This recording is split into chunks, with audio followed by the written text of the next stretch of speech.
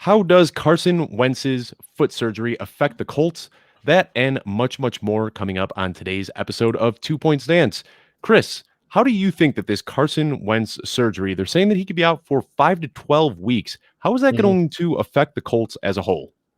Well, it pretty much depletes any sort of value that we thought we would have in any of the corresponding pass catchers. Because if you look at what's behind him in unknown prospect Jacob Eason, we really don't know. I mean, even with Carson Wentz, we don't know, but at least we had seen flashes of upside, right? Like back in the 2017, 2018 timeframe, we thought at least his quarterback skills could ascend, and then we saw him implode last year, but at least there's a range we can kind of, I guess, attach ourselves to in terms of what Carson Wentz can be, and especially getting paired with his old play caller and Frank Reich, we at least figured he could stabilize some of that erratic behavior that we saw from Wentz last season.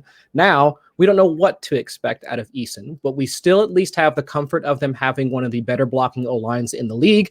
They do at least have a talented running back in Jonathan Taylor, a stable of running backs, actually, since they've brought back Marlon Mack. They still have Nyheim Hines, but it's really down to the pass catchers because all the wide receivers, regardless of which format that you're currently drafting on, whether it's on Underdog, FFPC, all of the pass catchers associated with the Colts, all their values have been depressed. I think it was Michael Pittman is pretty much the only one that has been drafted in the top 100 in most drafts, especially over on Underdog. So with Carson Wentz now being out of the picture, at least for the foreseeable future, we don't know what to expect. So while I might still be taking shots on Pittman and Pittman alone because of the second-year breakout and whatnot, I'm still figuring out what to do with Jonathan Taylor. Everybody, and maybe a little bit of Nyheim Hines, just because we know about his pass catching role. Everything else takes a back seat. I'm out on T.Y. Hilton. I really don't care about Mo Alley Cox or any of the rest of the guys. It's just so no Paris Campbell for you. I can't even do Paris Campbell, even though he's one of my guys. He's one of my Ohio State guys. But still, it's like I need to have some sort of understanding of what we can expect at quarterback before I can really start to invest back in Indianapolis. And depending on how, if you believe in this sort of thing, their schedule actually looks pretty good, right? I think they start off the season against Seattle and Tennessee, in the first few weeks. So that should be some good matchups. Their playoff schedule looks pretty decent as well. They got some shots against Arizona and the Raiders, towards the back end of the season. So overall, I think they had one of the better schedules in the league. But again, now all that's up in the air because we don't know what to expect under center for the Colts. Yeah, and Carson Wentz was such a big upgrade. And then, you said it, all of these guys, Michael Pittman, Paris Campbell, they started creeping up draft boards a little bit, and this just completely takes the floor out from underneath all of them. So I'm with you. Right. Michael Pittman is really the only guy that I'm interested in at this point. Now, we expect them, unless they pull off some crazy move and, bring in Marcus Mariota or something like that, we expect them to probably lean pretty heavily on the run to start the season. So does this move the needle for Marlon Mack for you at all? Marlon Mack is somebody that they said is looking like he's at 100% and looking really good so far in camps, and he's healthy. You already called out the stable of running backs there. So now, instead of it just being Jonathan Taylor and Nyheim Hines, is Marlon Mack somebody that you think could, end up getting some meaningful usage to start the season? It's possible. I don't really ascribe much to the injury rates, when it comes to Achilles tendons, or at least that's something that I do keep in mind because you've seen the list. We've all seen the list tweeted out of running backs that have had ruptured Achilles and what that had meant for them from a fantasy perspective. I think really only Arian Foster is the one unicorn, which he was a unicorn in and of himself anyway. But for Marlon Mack specifically, I do think that there is at least a decent path for him to have some work. If you think that that's what the Colts are going to do, if they're going to lean on that blocking scheme, if they're going to lean on that offensive line, and then wind up using Jonathan Taylor, Nyheim Hines, and Marlon Mack in some sort of rotation, it's possible for him to get that sort of workload.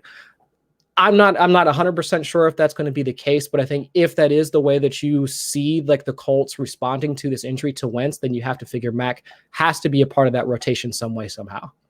Yeah, well, I just saw on Monday morning that it was Andrew Siciliano and Tom Pelissero were talking, or I'm sorry, Ian Rappaport were talking, and they're reporting that Nick Foles really wants to go back to Indy. So I'm as a Bears fan, I'm hoping they can find a way to offload some of that contract and make that happen and put some relevance back on this pass catching group.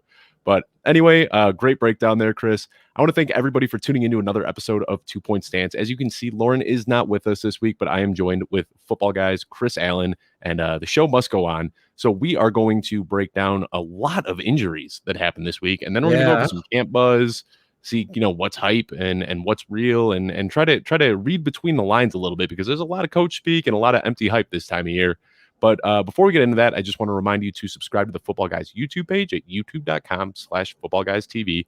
As you know, we don't stream to Twitter anymore, so you can find the show exclusively on our YouTube channel. And if you are into shows like this, you're probably a pretty serious fantasy football player. And as we all know, consistently winning at fantasy football is challenging and it takes a lot of time. So get yourself a Football Guys premium subscription that'll give you an edge and help make winning decisions for you in even less time. Head to footballguys.com, click on the orange button in the upper right corner that says join now, so we can do the work and you can do the winning. Like I said, Chris, we've got a lot of injuries to dive into, so we're going to stick with that. And let's start with DeVonta Smith. He's dealing with a sprained MCL, and they're saying that he's looking like he's going to miss 2 to 3 weeks. So being this close to the season, being a rookie, does this worry you at all for his 2021 outlook? Absolutely. I mean, you would think that a receiver that especially a receiver of his ilk, right, that requires so much in terms of being on time with his quarterback, because while he might have like some savviness as a route runner already, we do know that one of his calling cards, like coming out of college, was that like he was one of those guys that could take those intermediate and deep balls like to the house. I mean, the yards after the catch, or even being able to beat either man or press coverage, that was really like where he excelled in college. So in order for you to be able to, connect on some of those deep strikes, you really have to have that timing with Jalen Hurts, and he's not able to get in those reps as of right now.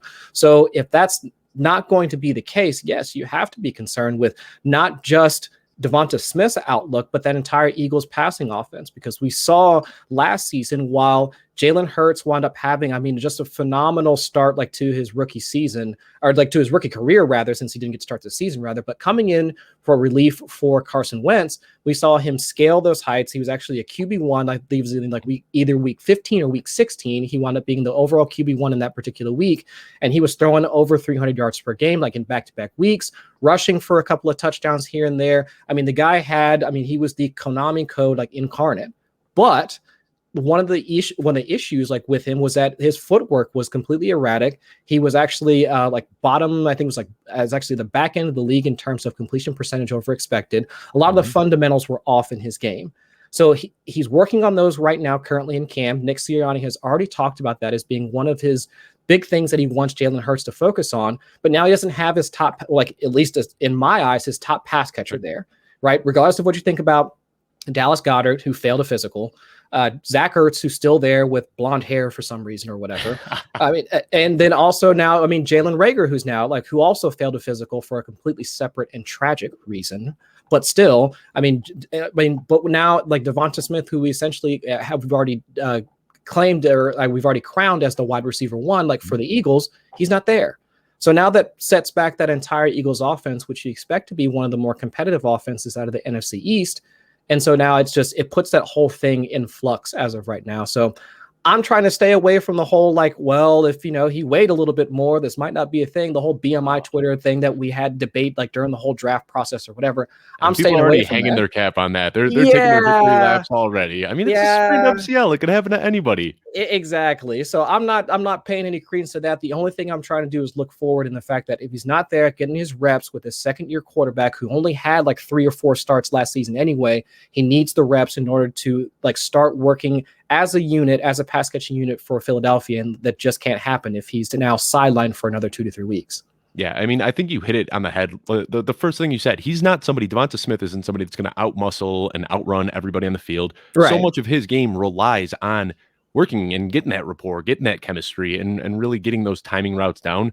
Yeah. So, this is really tough. And DeVonta Smith, I've been beating the drum for him, saying that he was easily going to see, 110, 115, 120 targets as a rookie, just because he immediately, there aren't many guys that come in and are immediately the wide receiver one on their team. And I think you could have easily made that conversation for DeVonta Smith. And we've seen how many times in the past where injuries in a rookie season just make it so hard to compete. Michael Pittman, he showed some flashes last year, but those injuries clearly affected him. Jalen Reagor, he really struggled to get up to speed as a rookie. And now, after really being excited about DeVonta Smith, I worry that he can kind of land in that same spot now where he's just not going to really figure it out this year. And, given his age too, being a little bit older coming into the league, there are some red flags there. So I'm with you. This is something that is definitely cause for a concern. And does this change Jalen Hurts for you at all? I mean, right now he's the guy, like you said, he's the Konami code. Everyone's kind of got him in that like 7 to 9 range. Do you think he's still there, or should we slide him down a little bit now because of this injury to Smith? If anything, like it increases Hurts' range of outcomes, or like because we'd already thought of Hurts as being one of the more volatile quarterbacks that's currently going in the top 12, because so much of his production last season was predicated on the deep ball. I think over like 42% of his passing yardage from last season just came off of passes that were 15 air yards or more, which is actually kind of ridiculous. Like now coming to think about it, I mean, that's more than what Tom Brady was, and Tom Brady like played like the entire season. It's ridiculous. So if we're really expecting the offense as a whole to shift more towards intermediate routes, we're expecting more, I guess, involvement with the tight ends, also the running backs. I mean, we're hearing about Kenneth Gainwell also being involved in the passing game. So this is entire offensive philosophical shift. But you need the entire offense to be on board with it. You need the entire offense, including the receivers, right, in order to be involved with this shift. And so if that's not happening right now, of course, that opens up, I mean, the entire offense taking longer to get on board with it in order for them to gel, in order for us to see the production get to where Sirianni wants it to be. I can almost see this similar to kind of how Baker Mayfield started off last season, learning under Kevin Stefanski, where it was slow start. We thought it was going to be more slow paced, predicate on the run. And then we saw them give Kansas City a run for their money in the playoffs, like that sort of thing. So while Jalen Hurts might be drafted as the QB8, I can entirely see a case for him sliding back into the QB 10, 11, maybe even QB 12 by the end of the season, assuming he's still like the quarterback one, like without all that Deshaun Watson stuff that's currently going on with the Eagles right now. But let's say if he starts like the full 16, 17 game season, he could wind up just sliding a few spots back in his positional ADP just because it takes the offense longer to come together. Yeah, I agree with everything you said. And, you know, it's kind of crazy to think that for a guy that already was so volatile, that Jalen Hurts now has even a wider range of outcomes. Right. I think if anybody is going to benefit from this at all, it's got to be Dallas Goedert, who is probably going to see some extra touches now. So, I mean, Dallas Goedert, realistically, if DeVonta Smith really struggles to get up to speed, Dallas Goedert's the guy that can kind of step up now as the number one pass catcher over there. But I hope that's the case, man. I really do, because I don't know what to do with this whole Ertz thing. I don't know. Yeah, it's weird, man. And you know, so many people are quick to say, you know, oh, it was just 2 years ago that the two of these guys both finished as tight end ones, and they kind of expect that to happen again. But Carson Wentz, the way that he hyper targeted his tight ends, I don't think that's going to happen. We're going to see a much lower passing volume. We're going to see a guy that's going to spread the ball out a little more. We're going to see a guy that's going to run with the ball more. So a lot of people are still expecting that Dallas Goedert and Ertz both have this tight end one potential, and I don't see it at all. I think at his age, given what people have seen on tape from him in the last couple of years, I don't think that, you know, they didn't want to trade Zach Ertz. I think that they really were pushing to get him, and I just don't think that there was any market out there for somebody that is owed $8 million, 31 years old, hasn't really done much the last couple of years. So I think that they're kind of stuck with Zach Ertz, and I think that he can hurt Dallas Goedert a little bit, but you know, I think that this is good news for Dallas Goedert. We saw him getting looks from Jalen Hurts last year, and if DeVonta Smith can't get up to speed, I think that's just, you know, even better for Goedert. But we've got even more injuries to talk about, and this one is Marquise Brown. And he suffered this hamstring injury, which seemed like it wasn't going to be anything serious. Still hasn't gone back to practice. And just this morning, the team came out and said that it is more serious than they expected. So, you know, there's no reason to assume that he's not going to be ready for week one yet. So let's assume that he will be playing week one. But what I'm wondering, similar to how DeVonta Smith might struggle to build up some rapport here, does this kind of open the door for Rashad Bateman to become the team's wide receiver one before the season even kicks off? It better. I was actually talking with noted wide receiver expert Matt Harmon just last week about Rashad Bateman, and Bateman actually profiles as one of those prospects that actually could wind up being that team's like wide receiver one. Like while he might not profile as like an elite alpha prospect like we've seen over the past like few years, he's not like DK Metcalf, he's not like AJ Brown or like any one of those guys. But for the system that he's in, for what he's going to be asked to do, and for what Lamar Jackson needs him to do on some of those critical situations, that's where Rashad Bateman actually wins on the field. And that's where I think he can actually turn into the team's wide receiver one. Because are we really expecting, I mean, we've already tried to make Marquise Brown the team's wide receiver one. That didn't work out. Even down the back end of last season, like where he was scoring essentially like a touchdown per game, his target share like kicked up over like 21, 22%. I mean, that's really what it took. And he barely got into the top 24, like over the back end. 35% over the last 6 weeks. 35% target share without a single wide receiver 1 week. Yeah, and he still couldn't crack like the top 12. So we've already tried that. That's not going to work. Devin Duvernay, no. Miles Boykin, no. So but now, like, even if they have Sammy Watkins, like, we think Sammy Watkins could be at least have tactical use, but he's not vying for the wide receiver 1. So really, it just brings us back to Rashad Bateman. And as Matt Harmon had charted, I mean, all of the routes that like Bateman won, like when he was still in college, those out routes, dig routes, curl routes. I mean, like intermediate routes that, I mean, historically, Lamar Jackson has been like inefficient on. It's actually a study that I ran like shortly after the draft happened, like looking at like Lamar Jackson's EPA per play at each level of the field. So on the shorter routes, those dump offs that he was trying to hit Mark Andrews on, okay, fine. Those home run hitters that he wound up throwing to Marquise Brown, great at. But it was those intermediate routes, those routes that you would be like typically use on a 3rd and 6, a 3rd and 7. He wasn't able to hit those because really, who was he throwing to at that point? He was throwing to Des Bryant. He was throwing to Willie Snead. I mean, like just ridiculous guys that we're not really expecting to be used in those critical situations.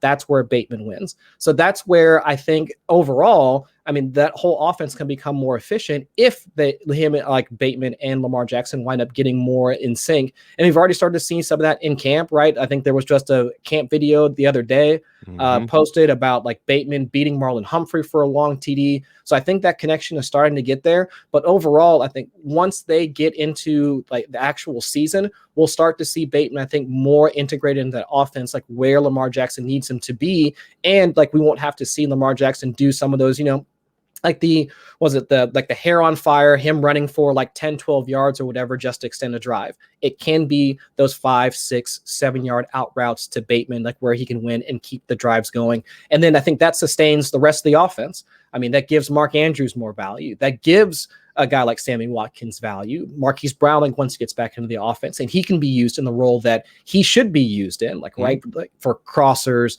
deep crossers. I mean, like slants or something like that to get those yards after the catch. That's where Bateman, I think, can really help. So I'm hoping he really does ascend into that wide receiver 1 position soon. Yeah, I've been saying it since day one. I mean, before the draft, when free agency was opening up, I wanted them to go out and get Kenny Galladay. And when there were rumors that Julio Jones was on the market, I wanted them to trade because that's exactly what they needed, was that big receiver. And Rashad Bateman, he's not huge, but he plays a lot bigger than he actually is. Like when you look at his analytics and you look at his film, he doesn't look like a 6-foot guy. He plays like he's 6'3" out there. He has no problem bodying defenders. So I couldn't agree more. I mean, he is exactly what this team has been missing. And getting those short routes are going to help him a lot. And like you said, it's going to open up more opportunity for Marquise Brown. So, I'm kind of worried because of that video that came out with Marlon Humphrey. You know how quickly people will get carried away with one hype video from camp, and burning Marlon Humphrey one of your first days at camp is going to really, really, turn a lot of heads. And people are already starting to hop on the Rashad Bateman train. But, when you think of alpha receiver, which, people don't think of Rashad Bateman when they think of an alpha. You think of Julio Jones, DK Metcalf, Chase Claypool, these guys that are 6'4" and above, 220 pounds. Yeah. But Bateman can fit that mold. He really can. The same way that Stephon Diggs does, and the same way that, DeAndre Hopkins does. Without elite size, they can still just bully defenders, get open, win on their routes, and make it happen. And I could see Rashad Bateman being that guy. So it wouldn't surprise me if he does. I mean, I think realistically, he could have become the wide receiver 1 without an injury to Marquise Brown. I think this just improves the likelihood that does end up happening. 100% agree. Absolutely. Now we've got Amari Cooper, who's dealing with this ankle injury, and they said that he's probably not going to play until, not at all during the preseason. They said we should expect him to return to practice once the preseason is over. So we're kind of talking about how doors are opening up for other people. CeeDee Lamb is somebody that people have just fallen in love with, especially in the dynasty community. They've talked about how they're going to be playing him outside a little bit more, that he's going to be used all over the field. We're talking about camp highlights. We've seen camp highlights with CeeDee Lamb making these outrageous catches already. So do you think that similarly to what we were talking about with Bateman and Marquise Brown, does this open the door for CeeDee Lamb to instantly become the wide receiver 1 and build a rapport with Dak Prescott?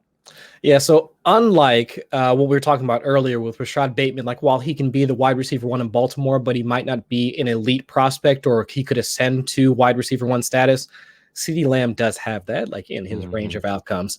I mean, to be quite honest, I mean, when the Cowboys took him, I know a lot of folks saw it during the draft as a luxury pick for them, but my gosh, man, like that is really where you highlight, I mean, the draft strategy of like best player available. I mean, the Cowboys really like they took that and they maximized like that approach to it, because how are defenses supposed to guard, assuming Amari Cooper comes back, but even if he doesn't, look at what CeeDee Lamb was capable of doing during his rookie season. And now, but that was a rookie season that was primarily predicated on CeeDee Lamb playing in the slot. I think he had over 90% of his routes were run out of the slot, and he still balled out. I mean, one of the most successful route runners from within his rookie class. And now they're already talking about expanding his role, moving him outside. They're talking about bringing Michael Gallup in like on the interior and working out of the slot as well. I mean, this is one of the more diverse pass catching trios I've ever heard of, because we think about even like Pittsburgh, right? Like when they have, I mean, great, because right now they have Deontay Johnson, they've got Chase Claypool, and they've got Juju Smith-Schuster. But we don't think of Tavis and Antonio Brown and Juju. They've always had that trio. But we don't think about their like the diversity across all three of those players, right? Because Juju has been like primarily a slot guy. I know they're trying to move him outside, but even folks have noticed that like they've talked about like how successful he hasn't been on the outside. Juju's played like primarily in the slot because that's what he's good at. He's good at beating zone defenders. But Michael Gallup, we know he can play X receiver outside, because even with Andy Dalton under center, like Gallup was actually like fantasy viable. CeeDee Lamb, we've already talked about him. Amari Cooper, like we know like how good he is. I mean, this is like one of the best like wide receiver trios in the league. And so for CeeDee Lamb specifically, assuming Dak is healthy by week 1 because of his current shoulder injury, I mean, the sky is like absolutely the limit for this offense. Now, the only problem is like, what's that target share going to shake out to be? I know camp reports have already said CeeDee Lamb has significantly separated himself from the pack. Now, while that might be the case, like from beat reports, will that actually shake out in the target share count? Like, right? Like, are we going to see CeeDee Lamb at like 26%, Amari at like, let's say 23%, and let's say Gallup at 20%? Is there going to be that much of a shakeup between those three receivers, or is it going to be more of a condensed passing tree like we saw with outbursts from guys like Cedric Wilson, Blake Jarwin, Dalton Schultz, Ezekiel Elliott, like a part of the passing game again? So that's my only, I guess, problem with CeeDee Lamb at this point, is that he plays in an offense that does have a lot of significant competition for targets with not just his other wide receivers, but with the other pass catchers, the ancillary like pass catchers that are part of that offense. So while I'm like 100% on board with his talent, he just happens to be on one of like the best offenses like in the league, which has like multiple pass catchers that any week I can see any one of them like winding up in the paint. Right. And you talked about all the other pass catchers. You know, we saw Dalton Schultz come out a little bit last year. Blake Jarwin was a guy that everyone fell in love with in the offseason. But even Ezekiel Elliott was setting a career pace for targets before Dak Prescott went down, as he's getting more involved in the offense as well. But, you know, the way you put that, I never really thought about it before, because, you know, when you look at the Bengals, they've got this great trio of pass catchers, but they all have their role. In Pittsburgh, everyone has their role. Michael Gallup, CeeDee Lamb, Amari Cooper, those three guys could realistically be the wide receiver 1 for a lot of teams in the NFL. And Gallup is buried as the number 3 guy in the depth chart, when like realistically he could be a number 1 on a handful of teams out there. So these guys are all more than capable. And I think that is really kind of what limits them. So while, you know, CeeDee Lamb has the talent to be the overall wide receiver 1, I think Amari Cooper has the talent to be the overall wide receiver 1. It's tough for me to put any of those guys above 15 in my rankings, because you don't know exactly how those targets are going to shake out. So I think that there's you know, immense upside when you can get any of these 3 guys. But like you said, you know, is it going to be this big gap between the number 1 and the number 2, or is it just going to be kind of like a 22% target share across the board for all 3 of these guys? I don't know, but I do like the idea of CeeDee Lamb getting these extra reps in right now while Amari Cooper's sitting up. And I think that raises his ceiling a little bit, but we still have the uncertainty with how it's going to shake out and what his floor could be. Exactly. And I'm just wondering, unless you wind up getting that complete, again, like that hair on fire situation where the Dallas Cowboys defense, I mean, it's completely awful again, like this season, Dak is throwing for 450 plus yards per game, then of course, all 3 of them can wind up outkicking their ADP. But otherwise, it's just each of them have passed to a wide receiver 1 outcome on a weekly basis. So it's hard for me to wind up like, while I can definitely bet on CeeDee Lamb's talent, it's hard for me to, I guess, justify his ADP, just knowing how on a weekly basis the targets might shake out. Yeah, that's a great point. Now, there's so many, just question marks right now surrounding the Denver Broncos, but we are starting to get a little bit of certainty. We know that they aren't getting Aaron Rodgers, they they aren't getting Deshaun Watson, all these guys that have been tied there. So it's going to be either Drew Lock or Teddy Bridgewater. But I want to talk about the receivers because in a similar situation where Jerry Jeudy can kind of step up in camp. But right now, I just want to talk about Courtland Sutton because we talked about how we overreact to some of these videos. And there was a video that came out that really, really worried me where Courtland Sutton, he was running with a limp and he wasn't really hitting his brakes that hard. And he looked slow and he looked clunky. And he didn't look like the guy that we saw in 2019 that was just absolutely dominant. So I'm wondering, AJ Schultz reported that he's holding back in camp after tearing his ACL. So do you expect him to be a full go by week 1? Or is this something that we should be a little bit concerned about this close to the season? I would be concerned about it, to be quite honest, because to me, it didn't sound like it's a setback in the injury, right? To me, it almost sounds more like a mental block. And we've heard about this in a number of players that have had those ACL tears where it's not really about the conditioning portion of it. It's about the mental aspect. Like, does the player trust their body? Do they trust their knee and their leg to contort and carry their body weight when they're asked to do things like cut or get in and out of their breaks, like when they're running a route, like things like that. So I think that we'll never know, like, when Courtland Sutton actually gets to that point, like where he's comfortable, like running those routes, hitting those breaks hard and being able to snap back like towards the quarterback and like pick up a pass. That's hard to say. And that's where really only time will tell. Like, hopefully we'll see some action in preseason. We'll see if he has some of it back by then. And then, of course, like, all of our confidence might be restored. And that's really the only hurdle that's left, because after that, we know what we have in Courtland Sutton. Like, we have, at the very least, an established wide receiver 1, like, on that team with an ascending pass catcher in Jerry Jeudy, like, coming in right behind him. So really that's my only concern at this point. Like, if they had told me that, I don't know, there was some sort of like compensatory injury, or he felt some sort of flare up in his calf or something along that, then I would just be all the way out. Right now, it's just more of, let's say, what's the best analogy? Like the check engine light is on, like that sort of thing, where I'm just like, okay, I'm monitoring the situation for right now. We've got, like, preseason is just around the corner. We should be able to at least see maybe some action or hear about, a little bit more about like how he's developing and like being able to get his timing down with either Drew Lock or Teddy. And then afterwards, we might be able to at least make a better plan for how our drafts are going to go, like, by the end of August. Yeah, I mean, for me, I'll take a little bit of a different stance here. I think this kind of opens up an opportunity to buy low on Courtland Sutton if people are freaking out a little bit, because I think if there was a real problem, they would have put him on the PUP list. And the fact that he was able to avoid the PUP list and he's practicing, I think that bodes pretty well towards his week 1 availability. They know what they've got in Courtland Sutton. They're not going to want to put him in a situation where he's going to re-injure himself. So like we said, people get very overreactionary this time of year. And I agree with everything that you said. But for me, being a big Courtland Sutton fan, knowing how hard this guy works and hoping that he still has enough time that he can get through those mental gymnastics to really just, not hold back and not have that hesitation and just put it all out there. I'm hoping that he can do that within the next couple of weeks. I mean, what we saw was a video from his second day at practice where obviously he's going to have some mental roadblocks, but I'm hoping that he can work through that. I still think that he's going to be the team's number 1 wide receiver. So if his ADP starts to slip at all, that's just an opportunity for me to draft even more Courtland Sutton, which I get pretty happy about.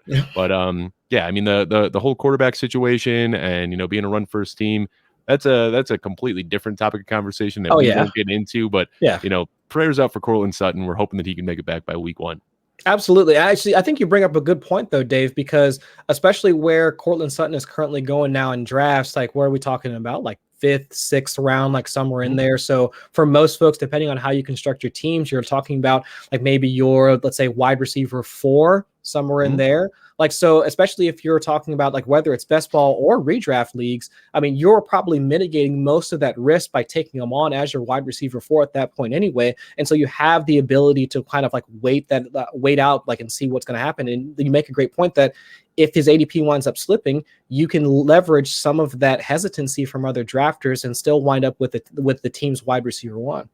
Absolutely. Yeah. I mean, it's not every day that you can be sitting in the 6th, 7th round of your draft and get a guy that has wide receiver 1 upside, which Courtland Sutton has. Absolutely. Now, another wide receiver that got injured, and I don't want to poke fun, but there isn't too much of a surprise here that Will Fuller went down. One of the first players to get injured once camps opened. And they're saying that he's nearing a return and should be back this week. But now I'm wondering, Will Fuller is somebody that got hurt every single year. He avoided injuries last year, and then it came out that he was dealing with PEDs. And now, I assume that he's getting these random drug tests often and gets injured again. So is this something that you're weighing at all when you're in your redraft leagues? Are you kind of fading Will Fuller just because of his history of injury? Not at this point. I'm waiting to see. I'm trying to collect as much information as I can on the injury itself and how long he's expected to be out.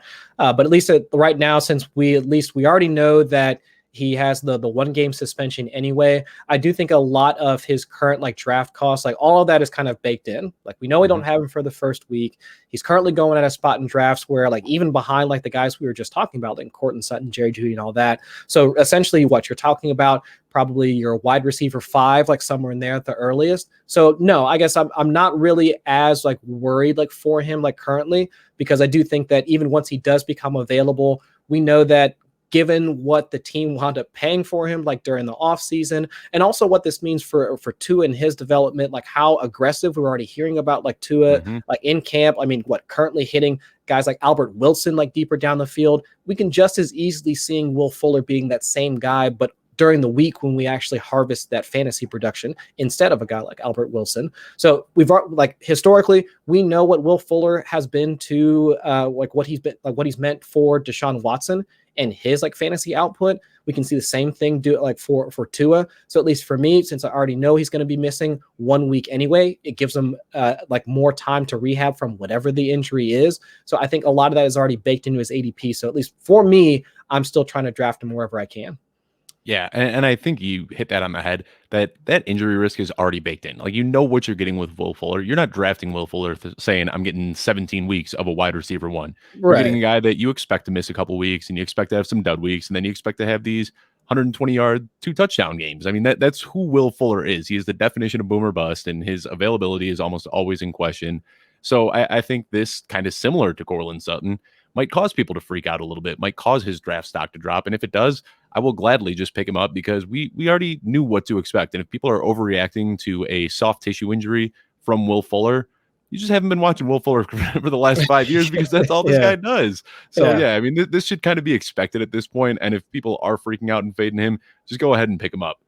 There's one other injury that I want to talk about, and that's OJ Howard. We've been waiting for this guy to break out since the year he got drafted, and it hasn't happened yet. And then last year he suffered an Achilles injury, missed the majority of the season, but they're saying that he is back to 100%, and he is planning to be there this year. Now, this Tampa Bay team is loaded with pass catchers already. Is there going to be room for OJ Howard to eat if he comes back healthy? I don't see how at this point. I've heard earlier today, I mean, Antonio Brown was completely ripping up practice. We know the stalwart pieces of that offense, and Mike Evans and Chris Godwin are going to be there. I mean, Scotty Miller, I've already seen reports about Scotty Miller connecting with Tom Brady. So it's just at this point, at best, right, OJ Howard will probably be the team's fifth option in the passing game. And that's probably being generous, because I haven't even mentioned, any of the running backs, even though, Fournette, stone hands, Ronald Jones, stone hands, and then Gio Bernard, we don't know how much he's going to be involved. So at best, we're already thinking about the tight ends as the fourth or fifth option anyway. So with that being said, it's hard for me to get in on OJ Howard, but I think the one tidbit, at least the thing that I'm going to hold on to, is that at the beginning of the season, when OJ Howard was still active, he was actually out targeting Rob Gronkowski for those first few weeks before he ruptured his Achilles. Now, could that have been because Rob Gronkowski was still getting back into playing shape and getting back into the speed of the game after being off for an entire season? It's entirely possible.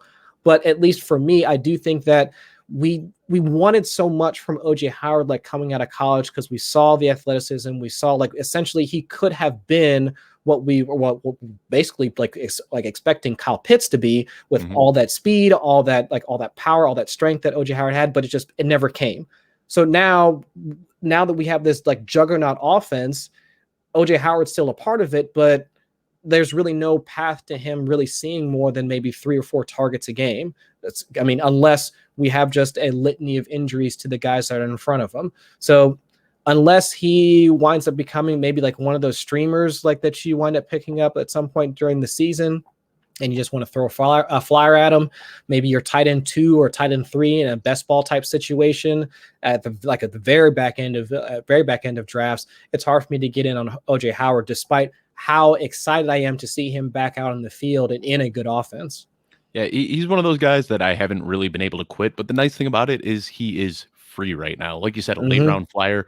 I mean, when you say late round, you mean last round. You don't even have to pay up. You could wait until the very last round of your draft, pull up OJ Howard, and realistically, I mean, Gronk didn't look that good last year. He was kind of there as a product of opportunity where he was the healthy tight end and he was able to snag a couple touchdowns and be somewhat fantasy relevant. But like you said, to start the season, OJ Howard was out targeting him. We know the athleticism, we know the size, we know all of these things about OJ Howard. So I'm still a little bit enticed. And, at 32 years old, looking slow and looking clunky, it wouldn't surprise me if OJ Howard does take a leap ahead of Rob Gronkowski on the depth chart this year. And then if for whatever reason something happens health-wise for Gronkowski and he is to miss time, then OJ Howard suddenly is in a situation where things could work out for him and he could be fantasy relevant. So I'm not saying that you should go out and make trade offers for OJ Howard or pull the trigger on him any earlier than you need to. But as far as a last round dart throw, OJ Howard's somebody that I'm still kind of intrigued by. You see that athleticism and you can't help but get a little bit excited. You see it on a pass-first offense with the greatest quarterback of all time. I mean, there's a lot to get excited about and a free acquisition cost. So, I'm not really taking much of a stance here other than just kind of shrugging my shoulders and saying, why not? That's really all you can say. It's like, out there. Yeah. Like he's out there running routes. Can he fall into a touchdown or two at some point throughout the season? I mean, we watched Cameron Brate do it over a few weeks like last season. It's entirely possible that OJ Howard does the exact same thing. Exactly. Now, we have even more injuries that we could talk about if we want to, but I think we hit most of the big ones. So let's get into some camp buzz. But before we do that, I just want to remind everyone to download the Footballguys mobile app if you haven't already. It can be used on all smartphones and gives you the same tools that you'll find on our website. The Draft Dominator app will make sure that you have an edge above your teammates by customizing advice specifically to your team. This is for redraft, dynasty, DFS, whatever you're looking for help with, our app will have you covered. Download today so Footballguys can help you win. All right, so here's the rumor that I want to start with, and there are a lot of them, and like I said, it's kind of tough to read between the lines and decipher what these words mean because it seems like there's always some sort of implication behind the reports that are coming out this time of year. But let's start with Chase Edmonds. Jake Anderson said that Edmonds has put on some weight this offseason and looks to be the team's lead back. Well, James Conner is set for this 4-minute back role, just playing on passing down. So how are you feeling about Chase Edmonds? Is this a guy that you think can kind of live up to the bill that we've been expecting for the last 2 years? I mean, it's great that he bulked up a little bit, but he's still one of those guys that I struggle to believe that in his particular archetype, I think he's right now, he said he's 205 pounds or somewhere in that range. It's hard for me to get behind him having just the complete workload once you get into the red zone. I mean, I think what was the report that actually came out today, not for Edmonds, but it was for Austin Eckler, who we've also seen bulked up, but we already know that he's not going to be getting as many carries in the red zone. It's going to be either Josh Kelly, Larry Roundtree, or something like that. So Edmonds, I can see being used in the same area, in the same way as Austin Eckler, where except for with Edmonds, he now also has not just the threat of James Conner, but Kyler Murray, who was top 3 in terms of red zone rushing attempts, wound up converting quite a few of them. I think he was second or third in terms of quarterback, rushing TDs. So it's hard for me to get behind Edmonds at his current ADP. Because why can't I just arbitrage most of that value and wind up drafting James Conner 5 rounds later at the minimum in most cases? So I think that's my primary concern with Edmonds, is that we wound up pushing him up into the early rounds, at the earlier part of the offseason, and rightfully so, because there was really no competition for any sort of workload. But if Conner is there, Kyler Murray is still there, I don't think that James Conner is washed at all. It's hard for me to get behind this idea that Edmonds is now going to have that dual workload that's going to allow him access to an RB1 type season, where at least regardless of if he's bulked up or not, we've seen a number of players talk about the fact that their weights continue to fluctuate even during the season. So even if he starts off at 205, will he wind up dropping down to 190 and some change? Absolutely. I mean, it's entirely possible. And then, of course, it's really just about the usage. And for at least for me, for right now, I don't see much of that changing. And I can just see him ceding just as many touches to Murray or Connor as he did in seasons past. Yeah, and this is one of those situations where we hear the report, but I don't really believe it all that much because it just doesn't make sense to me when you look at the way that these guys are built. You got Edmonds, who's 5'9" and let's say 200 to 205 pounds, and then you've got James Conner, who's 6'1", 235 pounds. I mean, those are very, very different backs, and you're telling me that the guy that's going to be picking up the early down work in between the 20s is going to be the small guy, the scat back, and then you're going to bring in James Conner, who's not as fast, not as good out of the backfield catching the ball, that he's going to be the guy that's going to be the pass catching back. Yeah. So it's a little bit of a head scratcher for me. And this report came from an interview that Jake Anderson did with Chase Edmonds. So this isn't coming from the coaching staff. This isn't coming from the beat reporters. This is coming from Chase Edmonds. So I think that Chase Edmonds kind of has that mentality as a football player where he's hungry and he wants the lead back role. And he's saying that, I can be the lead back. And I think that things get twisted around a little bit through this interview. And now people are using it as this report saying that, Chase Edmonds is the lead back. And I still don't think that's going to happen. I think that Chase Edmonds will have some weeks where he can pop. He's got the pass catching upside. But I think that his opportunity for touchdowns is slim to none. You already talked about how efficient Kyler Murray is once they get into the red zone. And then just think about it from a coaching standpoint. When you're at the goal line and you've got to put somebody in to plunge in, are you going to take the 235-pound guy or are you going to take the 200-pound guy that's got, 4 inches shorter than him? It's just, you got to read between the lines here. So I'm not really buying into this one too much. And I agree with you. I'm usually not the guy that says, hey, grab the cheaper running back later. But in this situation, I'd much rather take James Conner 4 or 5 rounds later than paying up for Chase Edmonds. Yeah, too easy for coaches to just wind up like moving him over and taking him out, bring James Conner in. They didn't make a ton of moves like during the offseason along their offensive line. They were back into the league in terms of adjusted line yards, which is one of the metrics that Football Outsiders use in order to rank how much push an offensive line gives. So a guy like Chase Edmonds, can we just see him stonewalled at the goal line, similar to the way that we watched like CEH do it like last season? Entirely plausible in my mind. So I'd just rather, just give me James Conner a few rounds later. I'll just draft Kyler Murray because I know he'll get it done on the ground as well, and just let somebody else take Chase Edmonds off my hands.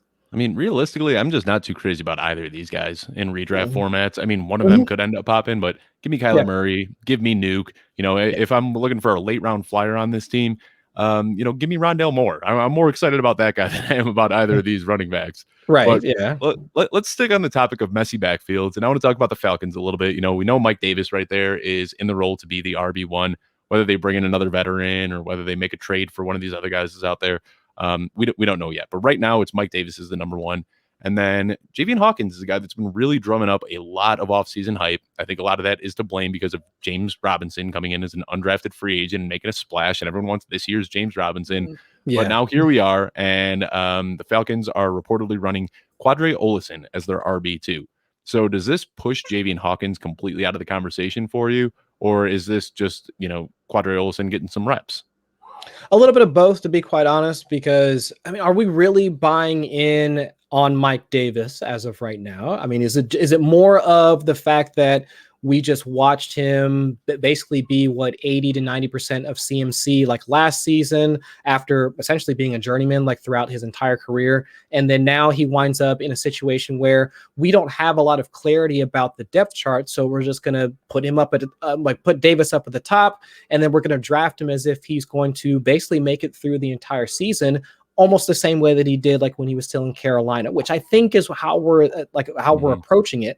But think about his situation now, like here in Atlanta. I mean, we're expecting Atlanta to operate the same way that the Panthers did last season. And historically, that's really not been the case. Atlanta has been like top 5 in terms of neutral passing rate for the past few seasons. So where's that volume we're expecting it to come from? Now, I could see that scale back because with Arthur coming in from Tennessee, I can see that kind of scaling back and the offense being a bit more efficient. But still, I'm expecting more from Matt Ryan. I'm expecting more from the pass catchers. So it's hard for me to get in at Mike Davis at cost, even though at least we're projecting that workload for Mike Davis to get. But I can just as easily see Ollison like get involved. I can see Javian Hawkins like get involved to the point where Mike Davis actually falls back in terms of value, and we can see either one of those two guys like come up in value, like at least at this point in the offseason.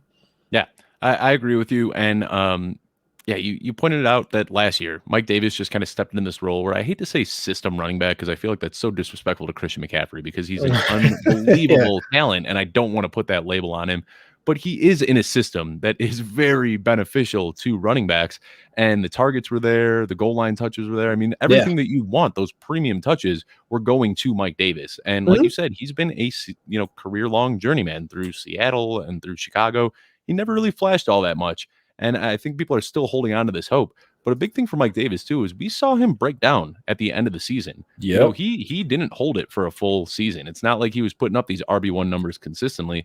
As the season wore on, he looked slower. He wasn't breaking those tackles. And I don't think that he's got the build to be a season-long RB1. So I think that, Melvin Gordon is somebody that the Falcons are probably interested in. Todd Gurley, even though they just cut him, Todd Gurley's still out there.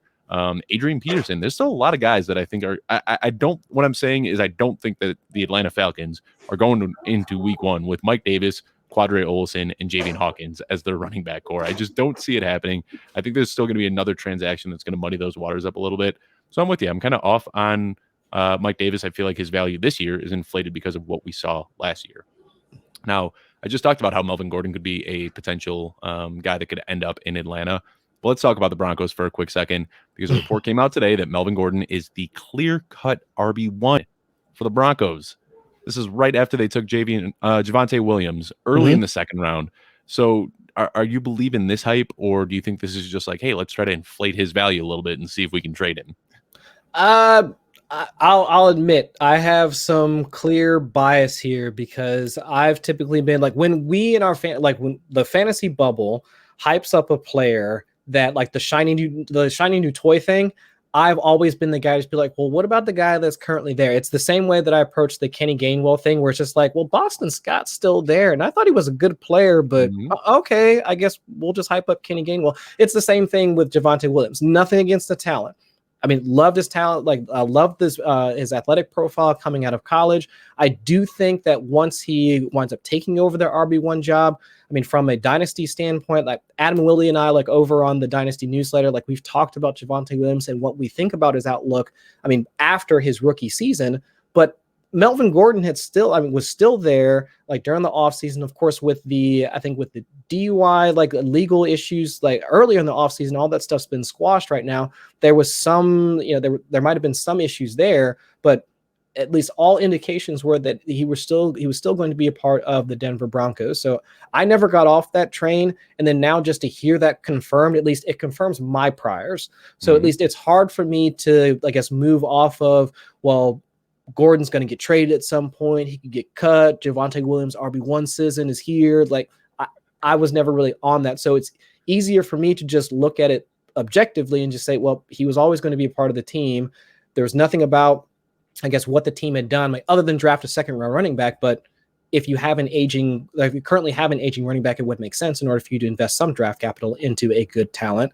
So it made some sense for them to draft like Williams, like where they did. So Melvin Gordon, I think, at least in what the way his contract was set up, he was due for another year with the Broncos anyway. So to me, it just all kind of intersected with Gordon should be here for this season.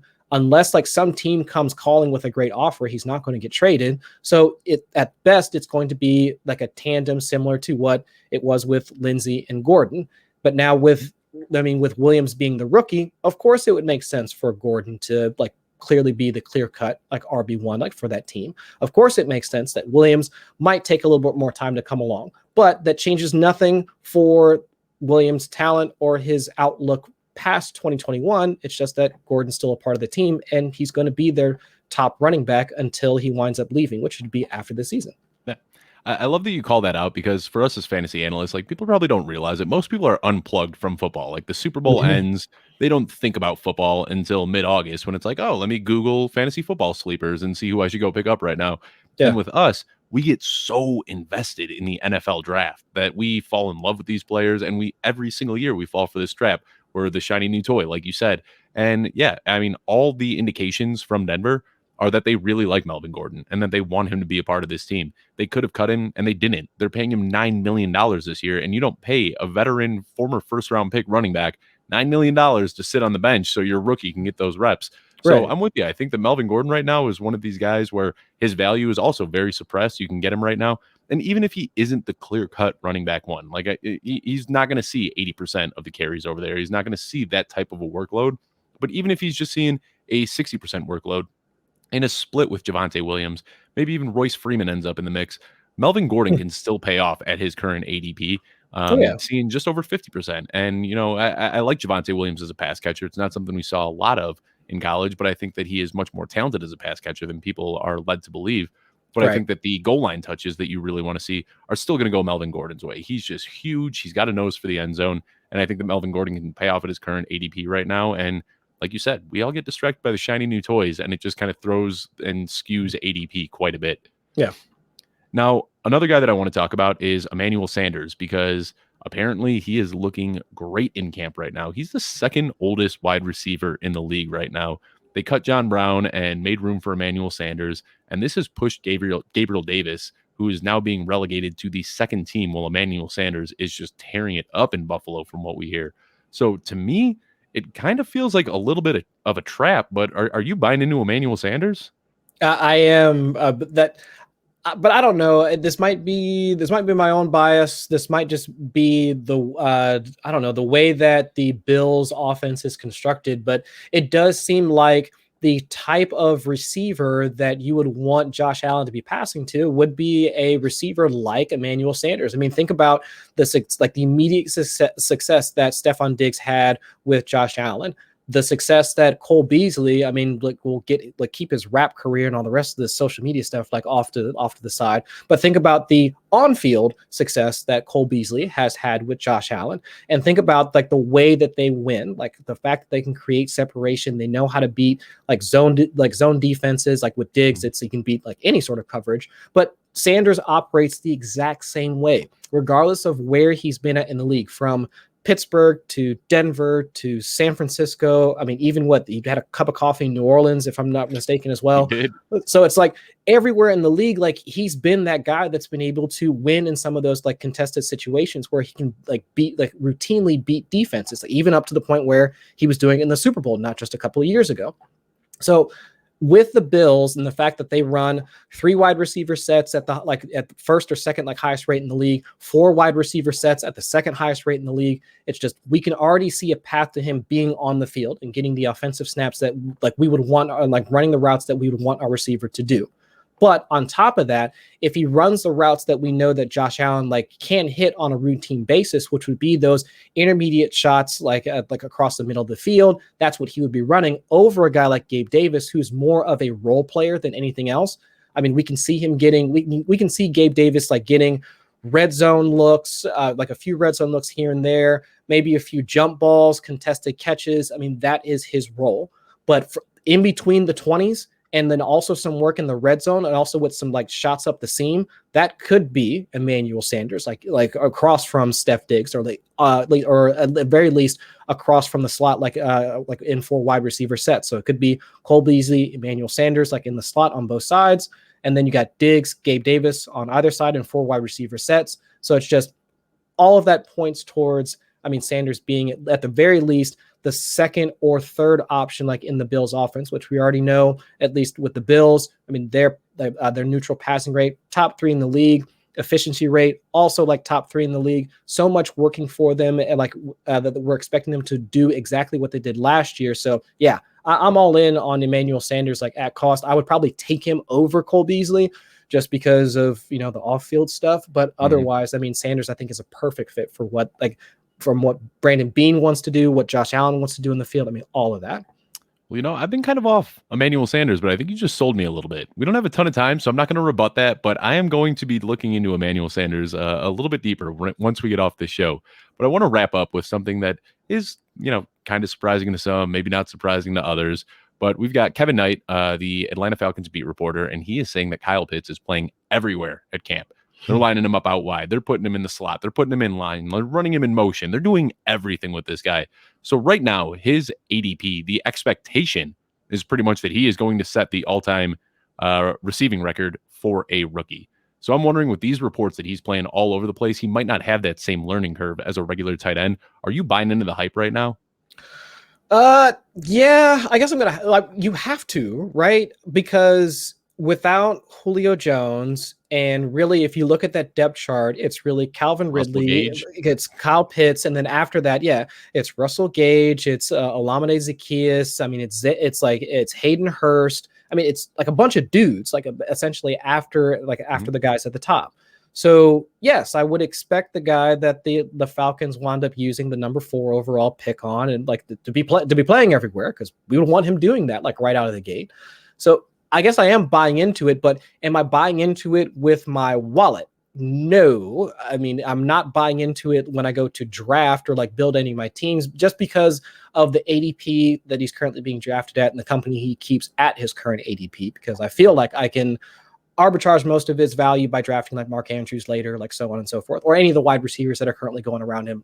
I typically wind up taking those guys anyway. So I believe in the hype. I want to see it and I'm excited, but I don't share the same excitement, at least from a team building perspective, or at least a fantasy team building perspective, at least not as much as like maybe our colleague Sigmund Bloom does, who's like essentially like saying that he's going to be like the tight end 1 and whatnot. But either way, I think it does make sense that they would use him in that way, because with his athletic profile, he should be able to play. I mean, almost run the entire gamut in terms of like just a pass catcher in general, not just a tight end, but just wide receiver, tight end, like whatever the case may be. Yeah. And you know, we talked about this a little bit with OJ Howard. Like, we just keep going back and hoping that he's going to break out. And maybe he will. And we see so many tight ends develop later in their career. And I told myself, as soon as this happened, Pitts got drafted 4th overall, and I was like the biggest hater on Kyle Pitts. And now fast forward a couple months, and I feel like I'm starting to fall for it. And I'm getting nervous because we've seen this.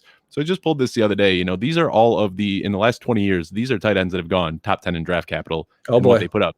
TJ Hawkinson, 32 receptions his rookie year. Eric Ebron, 25 receptions his rookie year. Vernon Davis, 20 receptions his rookie year. And Kellen Winslow, 25 receptions. Oh, that's a name. Year. Oh, man, that's a name right there. Wow. And all of those guys, you know, they got drafted respectively from how I listed them, 8, 10, 6, and 6. So these are all guys that had premium draft capital that everyone said they're going to change the game. They're going to come in here, and they all kind of face planted. So I keep telling myself not to buy into the hype, but I see this guy, the way he runs. I watch his film in college. I put the connection that Julio Jones is gone, and he could just be the new Julio Jones.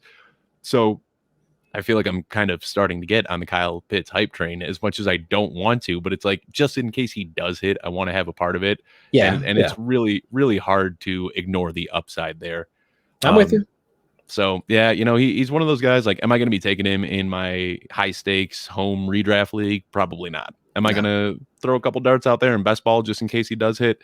Sure. I think you kind of have to at this point. Yeah.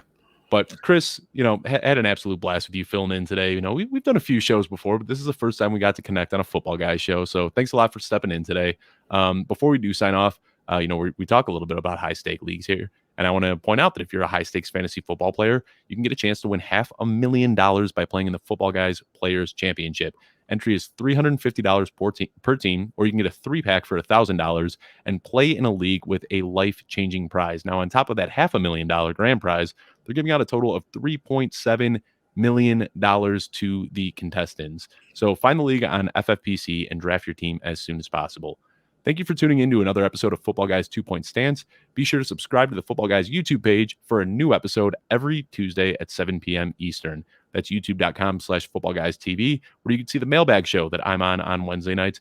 You can see Chris with Adam on the Dynasty Newsletter show, and even more shows than that. So thank you for tuning in. We will catch you next week.